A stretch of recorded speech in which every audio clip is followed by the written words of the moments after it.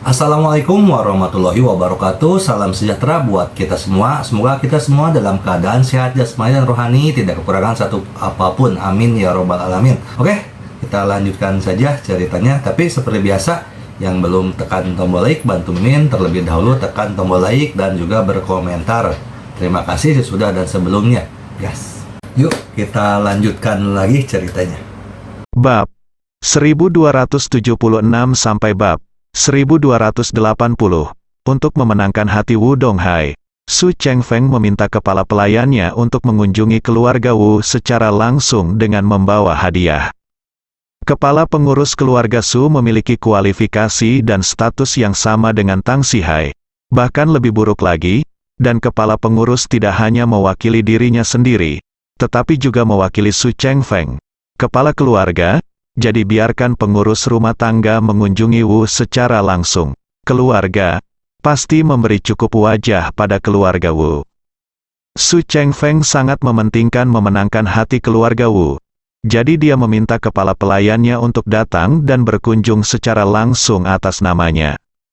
Su Chengfeng juga tahu betul bahwa sekarang dia telah menjadi tikus jalanan, dan tidak mungkin dia kembali ke Yanjing secara terbuka dalam waktu singkat. Jadi dia harus bersiap untuk tinggal di Suzhou dan Hangzhou dalam waktu yang lama. Kejadian ini memberinya perasaan yang sangat mirip dengan periode tahun 1860 ketika pasukan Inggris dan Prancis menyerbu Yanjing dan Kaisar Xianfeng dari dinasti Qing melarikan diri ke Jehol dengan tergesa-gesa. Ketika pasukan Inggris dan Prancis menyerbu Yanjing, Kaisar Xianfeng melarikan diri dengan panik seperti dia. Namun, nasib Kaisar Xianfeng agak menyedihkan. Setelah menunggu keras di Rehe selama setahun, ia tidak pernah mendapat kesempatan untuk kembali ke Beijing. Akibatnya ia meninggal pada tahun kedua setelah melarikan diri ke Rehe. Usianya baru 31 tahun. Agar tidak mengalami nasib yang sama seperti Xianfeng, Su Chengfeng telah membuat rencana komprehensif untuk dirinya sendiri sejak dia melarikan diri dari Yanjing.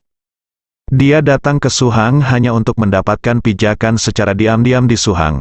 Tidak hanya untuk memenangkan hati semua keluarga lokal terkemuka di Suhang, tetapi juga untuk segera mentransfer industri keluarga Su di seluruh negeri ke Suzhou dan Hangzhou, untuk mengkonsolidasikan Suhang. Kehadiran keluarga di Suhang, bes. Dia ingin menjadikan Suhang sebagai markas kedua keluarga Su. Selain itu, dia juga ingin mempromosikan putra sulungnya Su Soudao dan menjadikannya penjabat ketua seluruh grup Su. Begitu Su Soudao menjadi penjabat ketua, itu berarti dia telah resmi ditetapkan sebagai pangeran keluarga Su. Hal ini tidak hanya akan membuat Su Soudao bergantung padanya dengan jujur, tetapi juga mengurangi perhatian dunia luar terhadapnya menjadi batas tertentu. Yang dia inginkan adalah memenangkan hati Su Soudao dan membiarkannya bertindak sebagai bonekanya sendiri untuk menunjukkan wajahnya di depan umum sementara dia bersembunyi di balik tirai di Suzhou dan Hangzhou untuk mendengarkan pemerintah, untuk memastikan bahwa kekuasaannya tidak akan melemah oleh Su Soudao. Seluruh keluarga Su telah berada di tangan Su Chengfeng selama bertahun-tahun, baik itu saham grup, atau hak suara dan hak veto dewan direksi, serta hak pengelolaan dana perwalian keluarga, DEL, semuanya dikendalikan oleh Su Chengfeng di tangan manusia. Oleh karena itu, selama dia tidak mengalihkan hak tersebut, meskipun Su Soudao mengambil posisi sebagai penjabat ketua, dia tidak akan memiliki kekuatan nyata, apalagi mengambil kesempatan ini untuk merebut tahta. Selain itu, Su Chengfeng sangat luar biasa. Dia sudah membuat surat wasiat. Begitu dia meninggal, semua properti keluarga Su akan secara otomatis diserahkan ke dana perwalian yang didirikan oleh Bank Swiss untuk dikelola. Keturunannya tidak berhak menggunakan itu, dan mereka hanya dapat menerima biaya hidup dari dana perwalian setiap bulan sesuai aturan yang ditetapkan oleh Su Chengfeng. Soal taraf hidup, Su Chengfeng juga menetapkannya lebih awal. Putra dan putrinya masing-masing dapat menerima 10 juta per bulan. Pasangannya dapat menerima 5 juta per bulan, cucunya dapat menerima 6 juta per bulan, dan pasangannya dapat menerima 3 juta per bulan. Dan jika cucu mempunyai anak, setiap anak dapat menerima 2 juta per bulan sebelum usia 18 tahun. Dihitung, jika Su Chengfeng tidak mengubah wasiatnya sebelum dia meninggal, setelah kematiannya, seluruh junior keluarga Su akan dapat menerima 2 hingga 300 juta biaya hidup dalam sebulan. Namun, aset keluarga Su melebihi triliunan, dan laba bersih bulanannya melebihi puluhan miliar. Tidak ada yang memenuhi syarat untuk mengambil sisa uangnya, sehingga hanya dapat ditempatkan di dana perwalian dengan bunga. Tampaknya hal tersebut sangat tidak adil bagi anak cucu Su Soudao, karena meski mereka tetap menerima biaya hidup hingga meninggal, uang keluarga Su akan semakin bertambah. Namun, alasan Su Chengfeng membuat keputusan seperti itu adalah karena dia punya rencananya sendiri. Pertama-tama, surat wasiat ini ditempatkan di sini. Ini adalah jimat Su Chengfeng. Sebab, tidak ada satupun ahli waris keluarga Su yang berniat membunuh Su Chengfeng.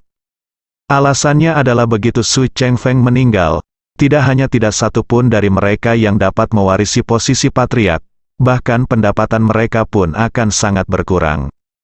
Awalnya, keluarga tersebut dapat memperoleh penghasilan puluhan atau puluhan miliar setahun, dan mendapatkan banyak sumber daya lain dari keluarga untuk menghidupi mereka.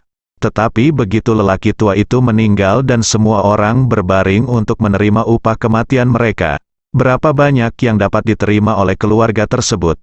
Dalam setahun, 100 juta adalah masalah besar, dan akan menyusut lebih dari 10 kali lipat, atau bahkan puluhan, atau ratusan kali lipat. Dan wasiat ini, selain berperan sebagai jimat, juga setara dengan asuransi keluarga.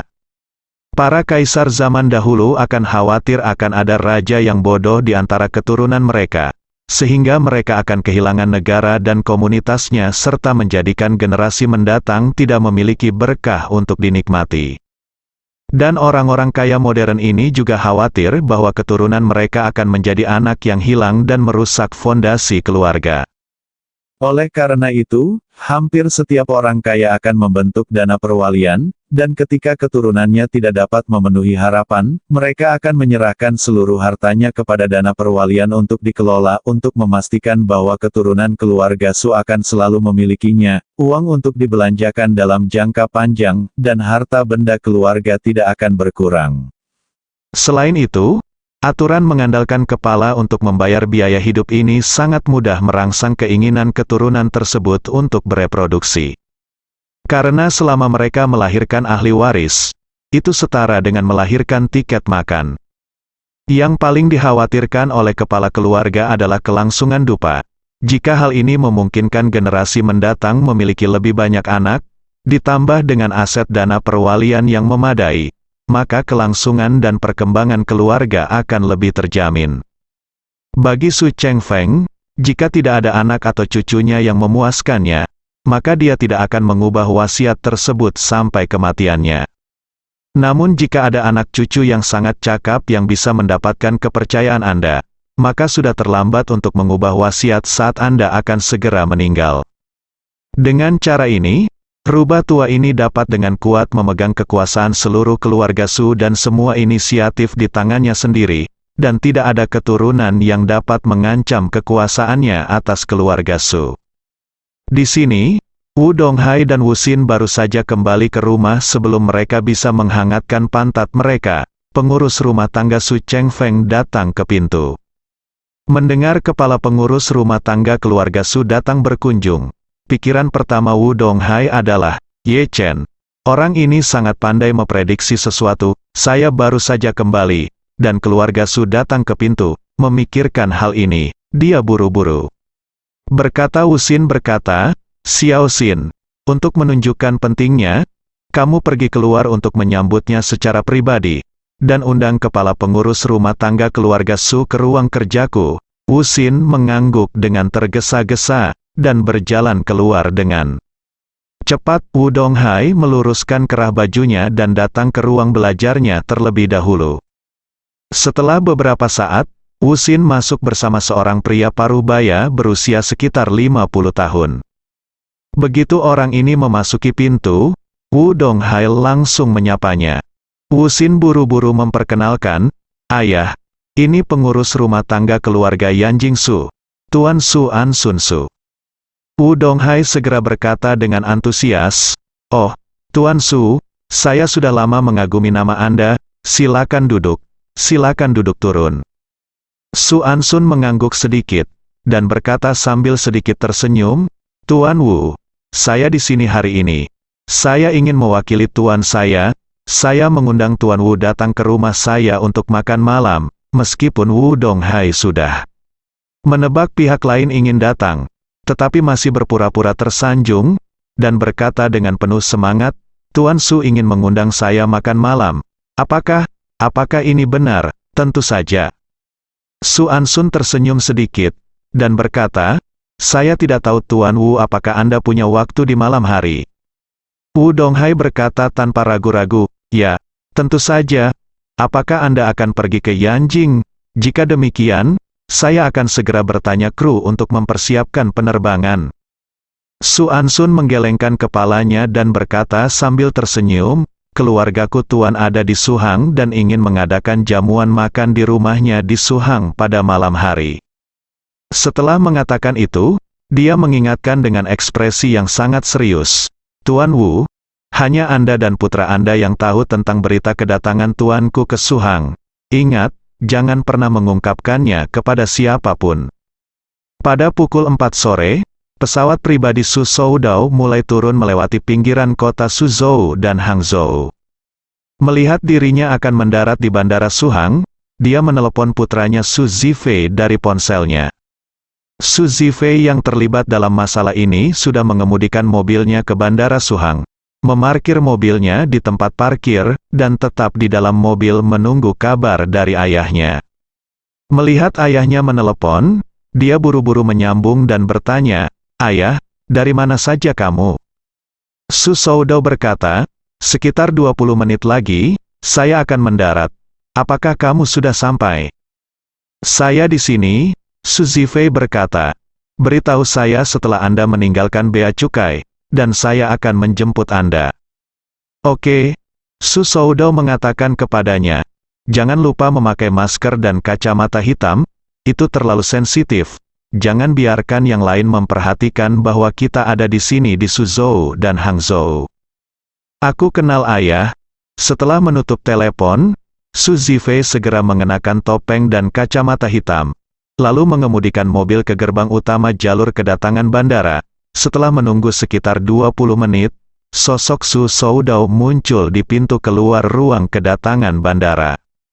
Seperti Su Zifei, Su Soudao juga mengenakan kacamata hitam dan masker sekali pakai.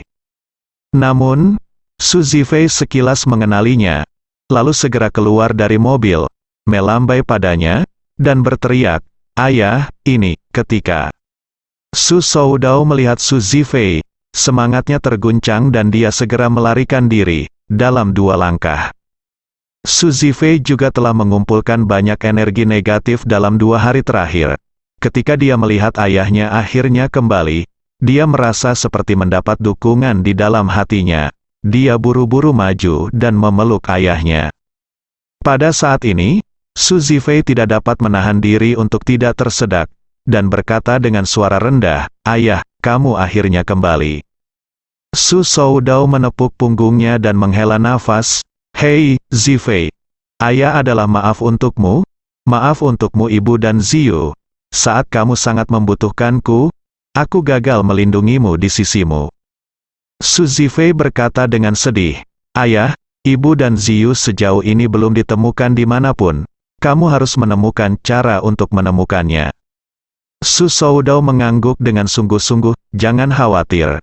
Aku pasti akan melakukannya. Yang terbaik adalah menemukan mereka. Silakan temukan ibu dan saudara perempuanmu." Setelah selesai berbicara, dia melihat sekeliling dan berkata dengan tergesa-gesa, "Ayo masuk ke mobil dulu. Ada terlalu banyak orang di sini, sehingga bukan untuk menarik perhatian." "Oke." Su Zifei buru-buru mengangguk, berbalik dan membantu Su Soudao membuka pintu penumpang, mengizinkan Su Soudao duduk terlebih dahulu. Ketika Su Zifei kembali ke mobil, Su Soudao memberitahunya, "Langsung berkendara ke Danau Barat. kakekmu memiliki sebuah villa di tepi Danau Barat, dan dia tinggal di sana sekarang. Su Zifei mengangguk dan berkata, kalau begitu aku akan menavigasi ke Danau Barat terlebih dahulu, dan lokasi spesifiknya akan segera tiba di Danau Barat, jadi tolong beri saya instruksi. Keluarga Su memiliki terlalu banyak properti real estate di seluruh negeri dan bahkan di seluruh dunia, dan hampir semua kota yang sedikit lebih besar akan memilikinya. Punya satu. Bahkan lelaki tua itu sendiri tidak tahu berapa banyak villa yang dimiliki lelaki tua itu di properti keluarga Su. Dan bahkan Su Zifei belum pernah mengunjungi kumpulan villa di Suzhou dan Hangzhou ini. Mengemudi ke jalan tol bandara, Su Soudao berkata kepada Su Zifei di sampingnya, aku akan menemui kakekmu nanti, jangan menunggu kakekmu meminta maaf kepadamu. Kamu harus mengambil inisiatif untuk meminta maaf padanya. Yang terbaik adalah menjadi serius, berlutut dan minta maaf, mengerti? Su Zifei tahu bahwa kembalinya ayahnya dari Australia kali ini adalah kunci baginya dan dirinya sendiri untuk mendapatkan kembali hak warisan. Dan dia tidak dapat mengacaukannya tidak peduli apa. Jadi dia dengan sungguh-sungguh berkata, saya mengerti. Ayah, jangan khawatir, saya akan segera berlutut dan meminta maaf kepada kakek ketika saya melihatnya. Awalnya, Su Zifei juga adalah orang yang memiliki tulang punggung. Tetapi di wajahnya sangat menarik, tanpa disadari tulangnya melunak. Su Soudao memberitahunya lagi, kakekmu telah bertemu dengan Waterloo terhebat dalam hidupnya kali ini. Dilihat dari pengaruh videomu, mustahil bagi kakekmu untuk menyerah dalam hidupnya. Jadi kali ini milik ayah kita, bagus kesempatan. Jika kita bisa memanfaatkan kesempatan ini, biarkan kakekmu melihat kemampuan kita di satu sisi, dan biarkan kakekmu melihat kepatuhan mutlak kita padanya di sisi lain. Maka kita punya kesempatan untuk mewarisi seluruh keluarga Su. Saat dia mengatakan itu, Su Soudao mengganti topik pembicaraan dan berkata lagi, tetapi, jika kami tidak dapat melakukannya, kakekmu pasti akan menyerahkan semua properti keluarga Su ke dana perwalian luar negeri sebelum dia meninggal. Kami hanya dapat menerima biaya hidup sesuai dengan kepala. Su Zifei buru-buru bertanya, ayah, menurutmu bagaimana kita bisa membuat kakek mengenali kemampuan kita? Su Soudao berkata dengan serius, kali ini ibumu dan Ziyu bertemu. Masalah ini adalah peluang bagus, dan siapapun dengan mata yang tajam dapat melihatnya. Jelas bahwa seseorang akan menyerang keluarga Su kami, dan pihak lain sangat mampu, dan kemungkinan besar akan direncanakan untuk waktu yang lama. Jika kami dapat membantu kakekmu, kami akan tangkap tangan hitam di balik layar dan hilangkan semua ancaman dari keluarga Su. Maka kami pasti akan membuat kakekmu terkesan. Kemudian, Su Soudao menambahkan, kamu harus tahu bahwa kakekmu telah dipakukan di pilar memalukan sekarang, tidak mungkin untuk menyucikannya sampai dia mati. Jadi selama kita bisa memuaskannya, dan selama periode sebelum kematiannya, kita telah patuh padanya, dan sambil memberinya rasa hormat yang cukup, kita tidak akan pernah menantangnya. Yang mulia sebagai kepala keluarga. Kalau begitu sebelum dia meninggal, dia pasti akan mewariskan posisi kepala keluarga Su kepadaku, dan selama kita bertahan sampai kematiannya, kita memiliki keputusan akhir atas keseluruhan keluarga Su. Su Zifei mengangguk dengan cepat dan berkata dengan semangat, ayah, aku akan mendengarkanmu dalam segala hal sekitar. Pukul 5 sore, di bawah bimbingan Su Soudao, Su Ziyu berkendara ke suatu tempat di samping Danau Barat, sebuah rumah besar. Danau Barat adalah tujuan wisata terkenal di negara ini, dan lebih dari separuh wilayahnya terbuka untuk semua orang. Jadi hanya ada sedikit villa tepi danau di sini, dan harganya sangat tinggi. Dikabarkan, seorang taipan e-commerce ternama dalam negeri, bos bermargama, memiliki sebuah villa mewah di sini yang konon bernilai ratusan juta. Namun, villanya sedikit lebih rendah daripada villa Su Chengfeng. Rumah Su Chengfeng berharga 800 juta ketika dia membelinya 10 tahun yang lalu, dan membutuhkan 500 juta lagi untuk merenovasi dan membangunnya kembali. Setelah selesai, dia hanya datang untuk tinggal selama beberapa hari di musim semi dan musim gugur setiap tahun. Su Zifei pergi ke manor, dan pengurus rumah tangga Su Ansun sudah menunggu di pintu masuk aula utama manor.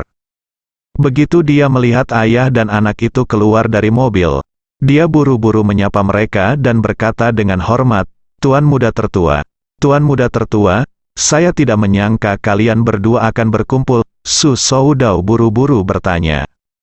"Pramugara, di mana ayahku sekarang?" Su Ansun berkata dengan tergesa-gesa, "Tuan telah menantikan kalian berdua. Jadi dia memintaku untuk menunggu di sini lebih awal. Dia juga berkata bahwa dia akan membawamu menemuinya segera setelah kamu tiba." Su Soudao berkata dengan tergesa-gesa, "Kalau begitu bawa kami ke sana secepatnya." "Oke." Su Ansun membawa ayah dan anak itu ke aula utama istana. Di aula utama saat ini, Su Chengfeng, yang sedikit tertekan, sedang duduk di depan perapian yang menyala untuk menghangatkan diri dan beristirahat. Ketika dia melihat ayah dan putranya datang, dia buru-buru berdiri dari kursi malas dan berjalan di depan mereka dalam beberapa langkah. Lelaki tua itu berkata sambil menangis, "Sudao, Zifei, aku kasihan pada keluargamu." Ketika Su Zifei mendengar ini, dia teringat akan penjelasan ayahnya, dan tanpa mengucapkan sepatah kata pun, dia berlutut di depan Su Chengfeng dan mengaku. Dia berkata, "Kakek, aku tidak mengerti aturannya dan menabrakmu. Tolong hukum aku dengan berat." Ekspresi kepuasan melintas di Su wajah Chengfeng, dan dia dengan cepat mengulurkan tangannya untuk membantu Su Zifei berdiri. Tersedak dan berkata, "Anak baik, kamu benar, kakeklah yang salah. Kakeklah yang sangat bingung sehingga dia membuat seperti itu keputusan impulsif demi wajah keluarga. Selain itu, dia dibunuh oleh gangster dan didakwa dengan banyak tuduhan tidak berdasar." Su Soudao buru-buru melangkah maju, mendukung Su Chengfeng, dan berkata dengan serius, "Ayah, tolong jangan katakan itu. Zifei dan aku sama-sama tahu betul bahwa semua yang kamu lakukan adalah untuk keluarga ini." Su Chengfeng mengangguk dengan gembira. "Kalian berdua dapat memahami kesulitanku, dan aku benar-benar bisa mati dengan damai." Su Soudao mengangguk dengan sungguh-sungguh, "Ayah, jangan khawatir. Zifei dan saya dapat memahamimu dengan baik." Dengan berlinang air mata, Su Chengfeng berkata dengan sungguh-sungguh, "Sudao, aku berjanji, aku akan berusaha sekuat tenaga untuk menemukan Hai King dan Ziyu. Jika Hai King masih hidup, aku pasti akan meminta maaf padanya secara langsung, bahkan jika dia mau hingga aku bersedia membayarnya dengan nyawa lamaku."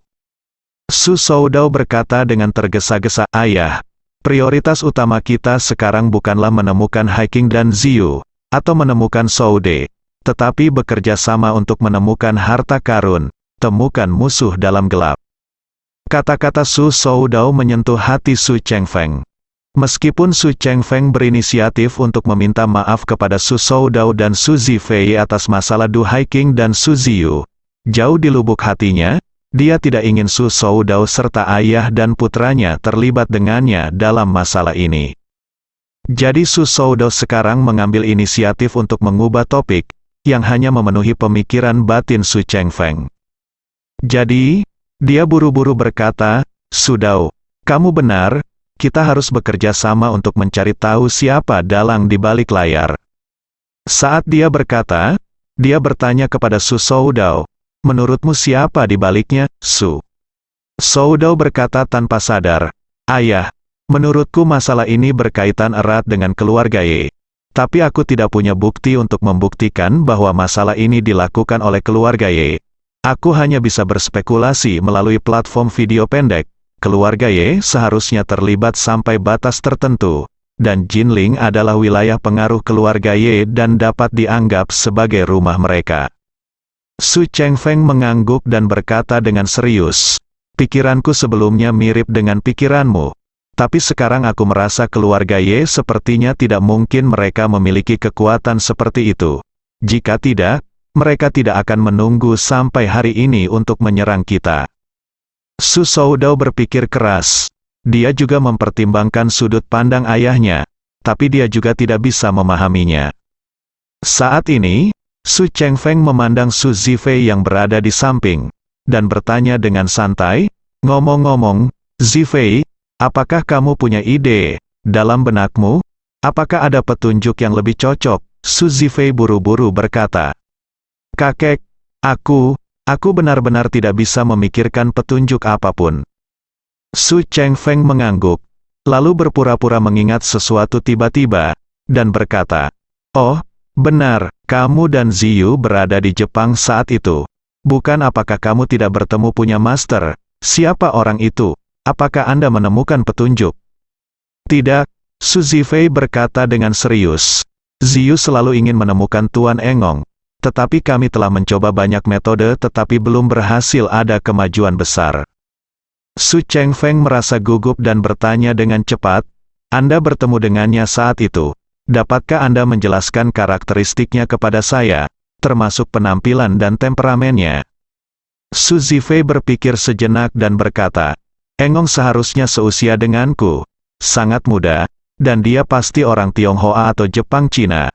Mengenai penampilannya, sejujurnya, dia masih sangat tampan. Mereka semua tangguh dan memiliki karakteristiknya masing-masing." Su Chengfeng bertanya kepadanya, "Bisakah Anda menemukan seorang profesional dalam investigasi kriminal untuk membantu Anda membuat potret?" Su Zifei ragu-ragu sejenak, lalu berkata, "Kakek, soal potret, Ziyu dan saya punya mempertimbangkannya sebelumnya. Tapi jujur saja kami hanya bertemu sekali dengan Engong, dan yang terjadi hari itu terlalu menegangkan. Jadi kalau memang ingin kita mengingat kembali penampilan Engong, agak kabur. Hanya ketika kita bertemu lagi kita bisa mengenalinya sekaligus, sekilas." Berbicara tentang ini, Su Zifei tidak dapat menahan diri untuk bertanya, "Kakek, mengapa kamu tiba-tiba bertanya tentang Engong? Apakah kamu curiga Engong ada di sini kali ini? Memanipulasi dari belakang?" Su Chengfeng menghela nafas, dan berpura untuk mengatakan dengan penuh emosi, "Saya tidak ragu. Saya harap kali ini, dermawan ini ada di balik segalanya. Jika demikian, saya yakin Ziyu dan ibumu akan hidup bersama. Kemungkinan untuk turun adalah bahkan lebih hebat lagi." Su Zifei mengangguk ringan, dan berkata dengan tulus, "Engong adalah orang dengan kekuatan supernatural yang hebat. Jika benar seperti yang kamu katakan, saya yakin ada kemungkinan ibu dan Ziyu masih hidup, lebih besar. Tetapi kami telah mencari Engong. Tetapi kami sudah lama tidak menemukannya. Kemungkinan dia muncul di Jinling sangat rendah." Su Chengfeng tersenyum tipis. "Sekalipun kemungkinannya sangat rendah, masih ada kemungkinan. Kita harus memikirkan sisi baiknya dari segalanya. Jika itu benar dia, maka apa yang terjadi kali ini sebenarnya adalah kesalahpahaman. Selama kesalahpahaman itu terselesaikan, orang ini mungkin masih dimanfaatkan oleh keluarga Su kita." Selesai berbicara, Su Chengfeng segera memerintahkan, "Zifei, selain Ziyu, kamu adalah satu-satunya yang pernah bertemu dengan dermawan itu. Dia menyelamatkanmu. Jadi dia tidak boleh memiliki niat buruk terhadapmu. Jadi ikutilah perintahku dan segera pergi ke Jinling dengan sikap tinggi. Mari kita lihat apakah kita bisa memancing dermawan itu keluar." Su Soudao berkata tanpa sadar ketika dia mendengar ini, "Ayah, tempat di Jinling ini sangat jahat. Soude menghilang begitu saja di sana. Jika Zifei pergi ke sana dengan sikap terkenal, aku khawatir." Su Chengfeng melambaikan tangannya, "Jangan takut, tebakanku biasanya tidak salah. Yang harus kita lakukan sekarang adalah memancing ular itu keluar dari lubang." Su Soudao merasa sedikit bingung. Keberadaan Su Ziyu, hidup dan mati masih belum diketahui. Jadi dia sangat enggan membiarkan Su Zifei pergi ke Jinling untuk petualangan terkenal. Su Soude diculik begitu dia tiba di Jinling karena dia terlalu terkenal. Jika Su Zifei juga sangat terkenal, dia mungkin akan melakukan kesalahan yang sama seperti Su Soude. Satu-satunya kemungkinan kekebalan adalah bahwa lelaki tua itu berhasil. Pria misterius yang membalikkan punggungnya dan mengubah tangannya menjadi hujan adalah dermawan yang menyelamatkan putra dan putrinya di Jepang. Tepat ketika dia ragu-ragu, Su Zifei mengumpulkan keberanian dan berkata dengan serius, "Kakek, saya bersedia pergi ke Jinling."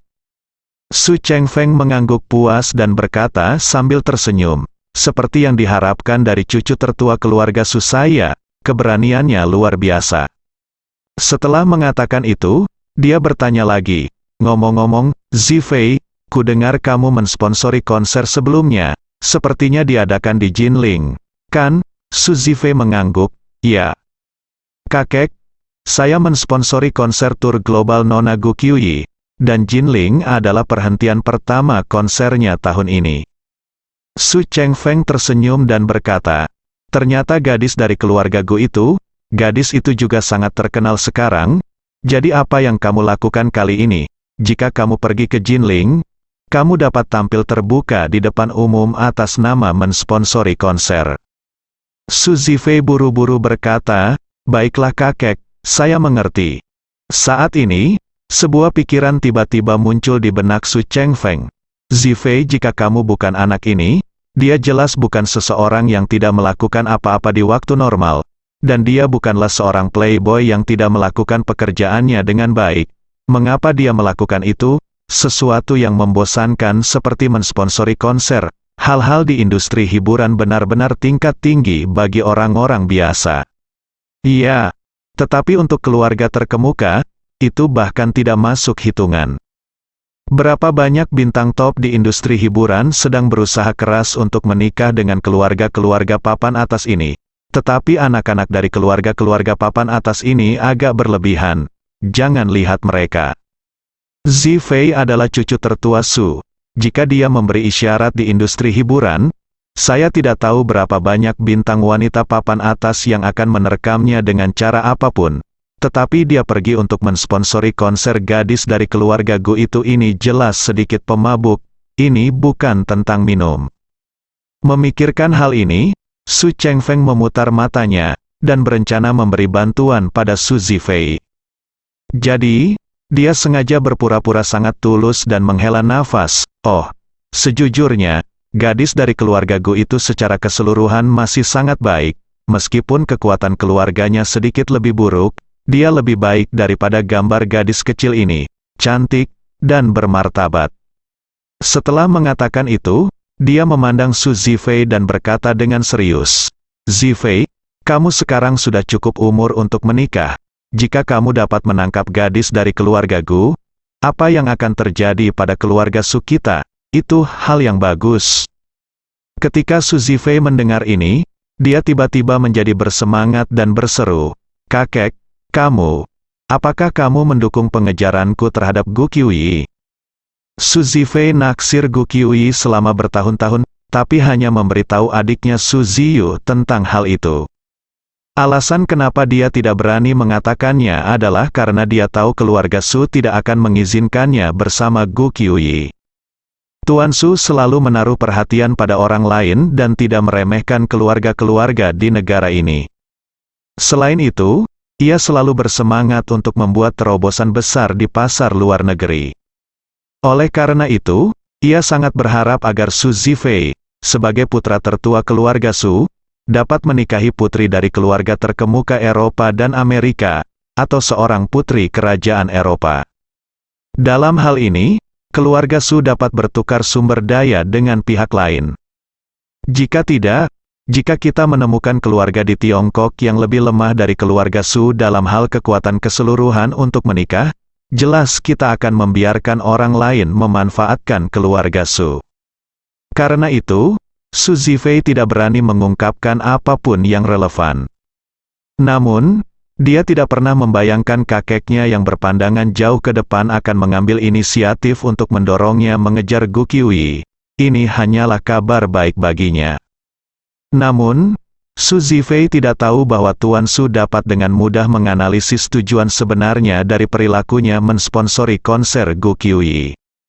Sekarang, jika Anda mengatakan ini, Anda hanya melakukan apa yang Anda inginkan. Su Chengfeng sangat memahami sebuah kebenaran, yang hanya terdiri dari 6 kata, keinginan mendorong segalanya.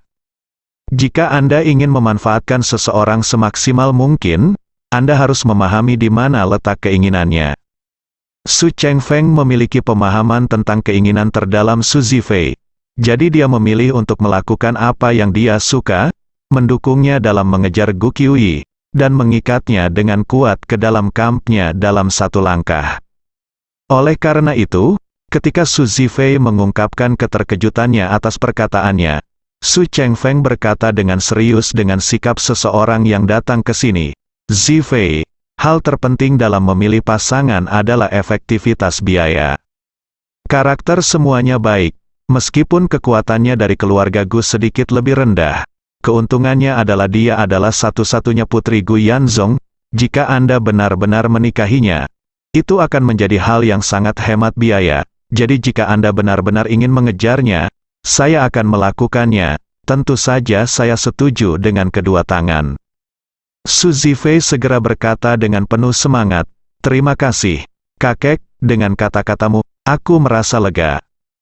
Su Soudao di samping, ini pertama kalinya dia mengetahui bahwa favorit putranya sebenarnya adalah keluarga Gu, musim gugur.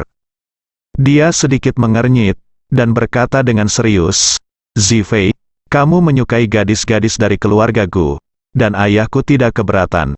Tetapi kamu harus tahu bahwa keluarga Gu selalu memiliki prasangka buruk terhadap keluarga Su, terutama Gu Yanzong, siapa Ye Changning saat itu.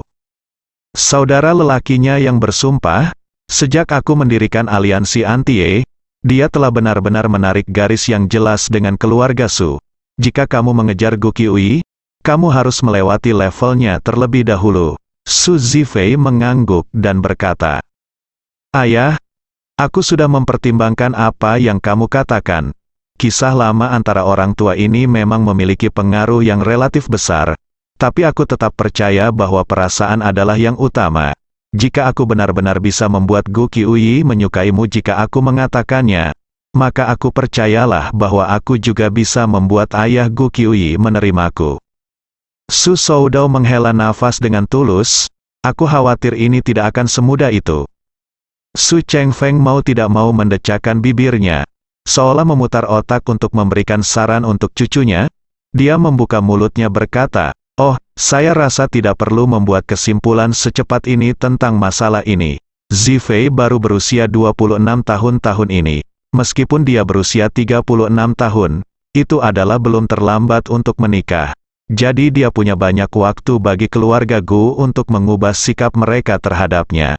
Saat dia berkata, dia tidak bisa menahan diri untuk tidak berkata dengan sedikit penyesalan, "Saya mendengar bahwa Gu Yanzong akan segera mati dari kanker pankreas. Jika itu masalahnya, akan ada satu batu sandungan yang lebih sedikit bagi Zifei untuk mengejar gadis dari keluarga Gu.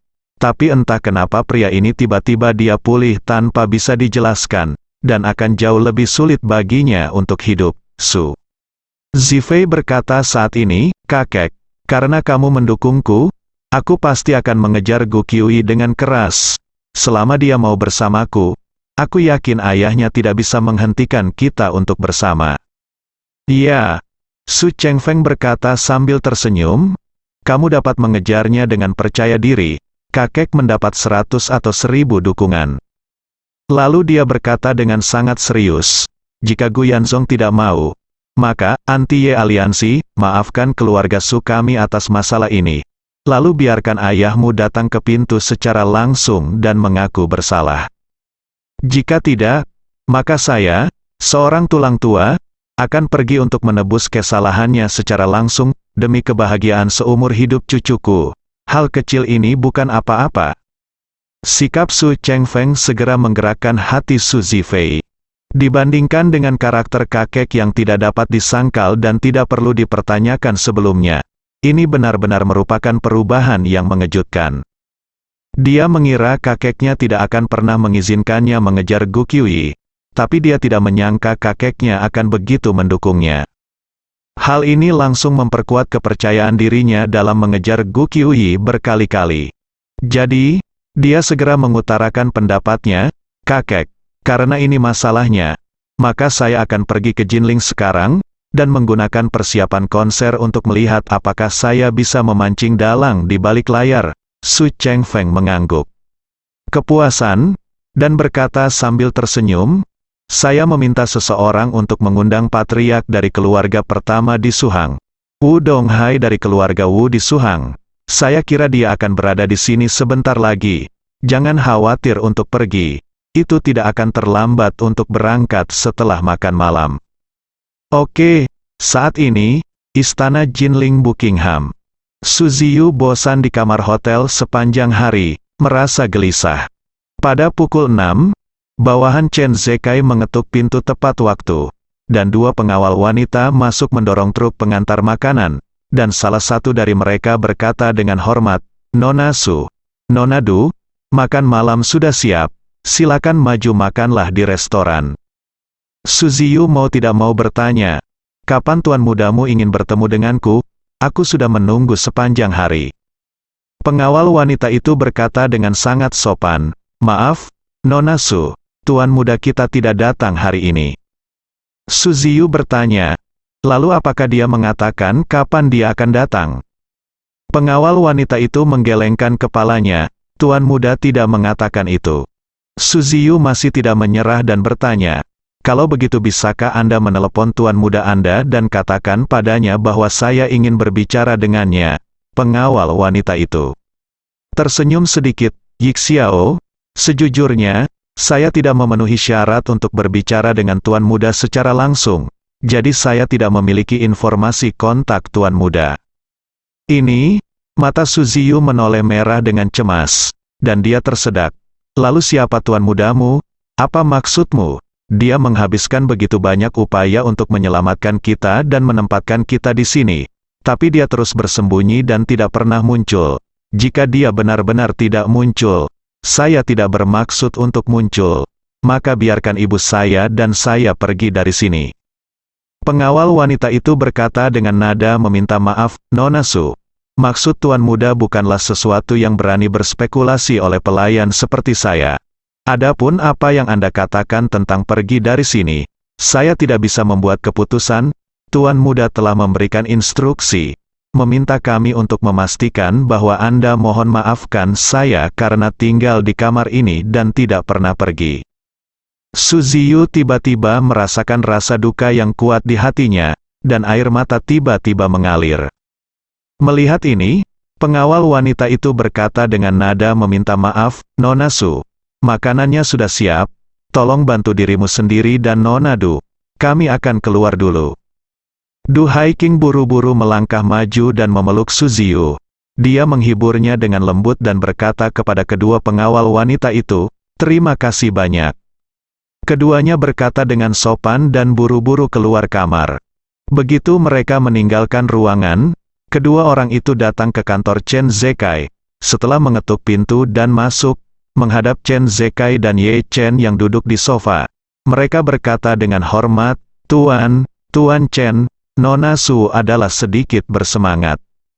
Chen Zekai berkata dengan tergesa-gesa, "Katakan padaku, apa metode kegembiraan yang spesifik?" Pengawal wanita itu kemudian menjelaskan situasinya sekarang. Setelah mendengar ini, Chen Zekai mengangguk dan berkata, "Oke, kamu sudah bekerja keras, turun dan istirahat." Pengawal wanita itu membungkuk dan pergi. Pada saat ini, Chen Zekai memandang Ye Chen dan tidak bisa menahan diri untuk tidak bertanya, "Tuan, apakah Anda benar-benar tidak akan menemuinya?" Kata-kata Chen Zekai membuat Ye Chen sedikit ragu. Faktanya, dia belum memutuskan apakah dia ingin bertemu Su Ziyu dan Du Haiking. Terutama karena dia tidak mengerti mentalitas apa yang harus dia gunakan untuk menghadapi putri musuh dan wanita yang telah mencintai ayahnya selama bertahun-tahun. Tapi dia mengetahuinya dengan sangat baik. Banyak hal telah berkembang hingga saat ini, dan cepat atau lambat, saya masih harus bertemu ibu dan putrinya. Karena itu, dia belum bisa memastikan apakah ini saat yang tepat untuk bertemu dengan mereka. Pada saat ini, Chen Zekai melihat keraguan-raguan Ye Chen, dan buru-buru membujuknya, "Tuan, katakan yang sebenarnya, karena kami harus bertemu denganmu cepat atau lambat, lebih baik bertemu denganmu lebih cepat." Dia berkata, "Lihat, sekarang. Nona Su ini hampir seperti dijadikan tahanan rumah oleh kami. Jika Anda tidak bertemu dengannya, saya khawatir dia tidak akan bisa tenang, bisa terus tinggal di sini dengan jujur. Ye Chen berkata dengan ringan, saya pasti ingin bertemu denganmu, tapi sekarang bukan waktunya. Chen Zekai buru-buru bertanya, Tuan, kesempatan apa yang kamu tunggu? Peluang? Ye Chen menggelengkan kepalanya, saya sedang menunggu Su Soudao. Chen Zekai berseru, Tuan, Anda ingin menunggu Su Soudao. Itu benar, Ye Chen berkata dengan dingin, saya menunggunya datanglah ke Jinling. Jika dia tidak datang, saya akan undang dia kemari. Pada hari Su Soudao datang ke Jinling, secara alami aku akan membawanya bersamaku untuk bertemu Su Ziyu dan Du Haiking. Sejauh ini, Ye Chen berdiri, dan berkata dengan wajah kosong, setelah Su Soudao datang ke Jinling, aku akan membawanya secara pribadi untuk berlutut di depan makam orang tuaku, jika dia tidak ada hubungannya dengan kematian orang tuaku. Biarkan dia bersujud kepada orang tuaku. Jika dia memiliki hubungan langsung dengan kematian orang tuaku, aku akan membiarkan dia membayar nyawanya di depan makam orang tuaku. Pada pukul 6.30 sore, Wu Donghai pergi ke rumah keluarga Su. Yang juga ikut bersamanya adalah putra sulungnya Wu Xin. Ketika mobil ayah dan anak itu tiba di istana, pramugara Su Ansun secara pribadi menyambut mereka. Begitu mereka bertemu, dia berkata dengan sopan, Tuan Wu, Tuan kami sudah menunggu di ruang perjamuan, silakan ikut dengan saya. Wu Donghai tidak bisa menahan perasaan sedikit tidak nyaman. Dia tidak datang untuk makan malam dengan Su Chengfeng kali ini. Dia datang ke Su Chengfeng sebagai agen yang menyamar atas permintaan Ye Chen. Dia tidak mampu menyinggung Ye Chen, belum lagi latar belakang Ye Chen. Kemampuan Ye Chen sendiri jauh melampaui apa yang berani dia sakiti. Membunuh 8 raja keluarga Wu oleh satu orang benar-benar membuatnya marah. Dan mungkin dia bisa melenyapkan seluruh keluarga Wu sendirian. Namun, dia tidak mampu menyinggung Su Chengfeng di sini. Siapakah Su Chengfeng? Kepala keluarga pertama di negara ini hanyalah orang yang paling berkuasa di bidang keuangan. Jika Anda macam-macam dengannya, mungkin tidak akan ada akibat yang baik. Oleh karena itu, Wu Donghai pasti merasa gugup dan takut.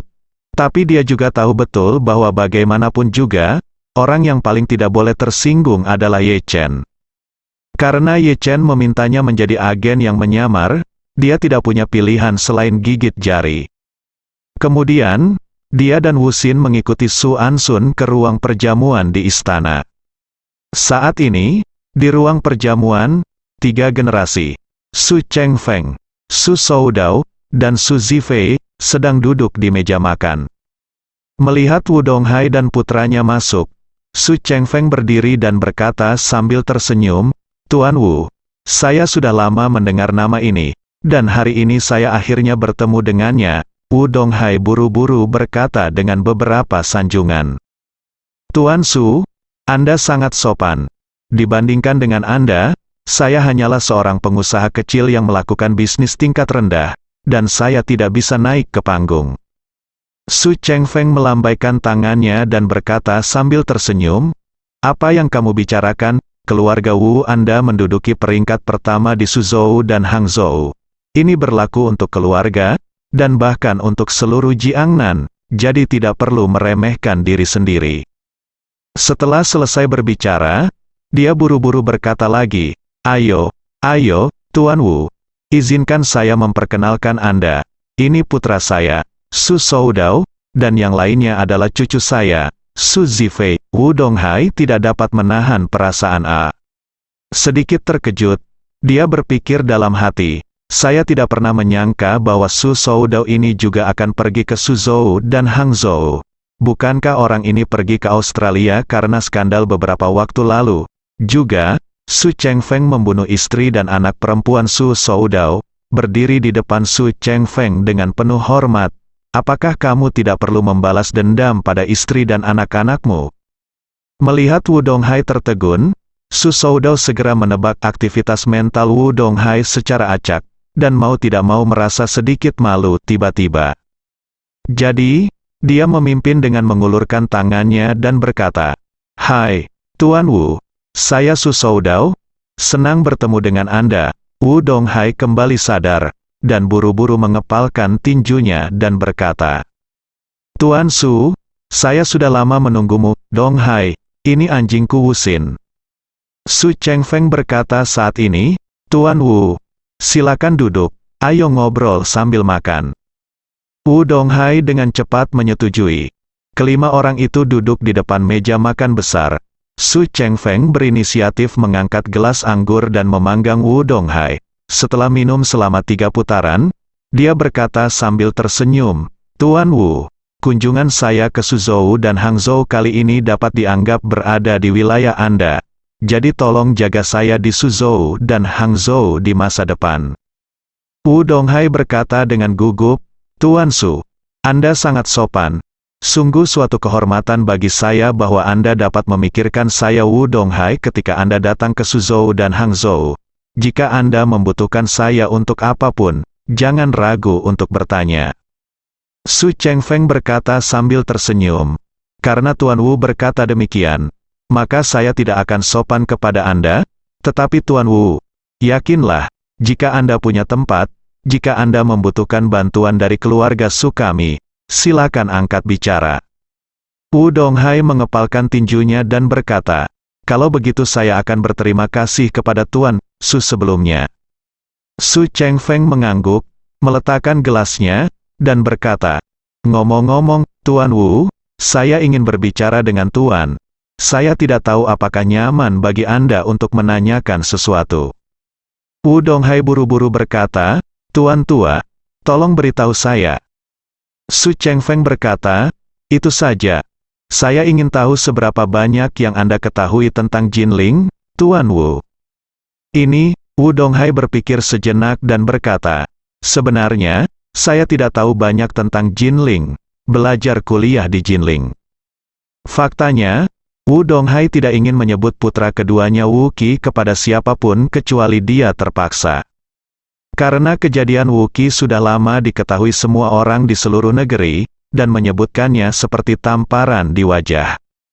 Namun, Su Chengfeng bertanya tentang pemahamannya tentang situasi di Jinling saat ini, dan Wu Donghai tidak berani menyembunyikan fakta bahwa Wu Qi sedang belajar di Jinling pada awalnya, karena semua orang di seluruh negeri tahu tentang masalah ini. Dan jika dia sengaja menyembunyikannya pasti akan menimbulkan kecurigaan Su Chengfeng. Ketika Su Chengfeng mendengarnya berbicara tentang Wu Qi, dia mengangguk sedikit dan berkata dengan nada meminta maaf, "Maaf, Tuan Wu, ada beberapa hal yang saya tahu tidak boleh saya katakan di sini." Wu Donghai tahu apa yang ingin dia katakan selanjutnya. Jadi dia hanya bisa tersenyum canggung dan berkata, "Tuan Su, jika Anda memiliki pertanyaan, tanyakan saja. Anda tidak harus bersikap sopan." Su Chengfeng mengangguk dan berkata, "Tuan Wu, sejujurnya, saya tahu tentang putra bungsu Anda. Saya mendengar sesuatu. Yang ingin saya tanyakan adalah, sudahkah Anda memeriksa mengapa putra bungsu Anda berada dalam situasi itu?" "Mengapa?" Wu Donghai mengutuk dalam hatinya. "Tentu saja karena itu bajingan Ye Chen. Dia sudah lama mengakui masalah ini di depanku, tapi aku tidak mampu menyinggung perasaannya, dan aku tidak berani menghadapinya."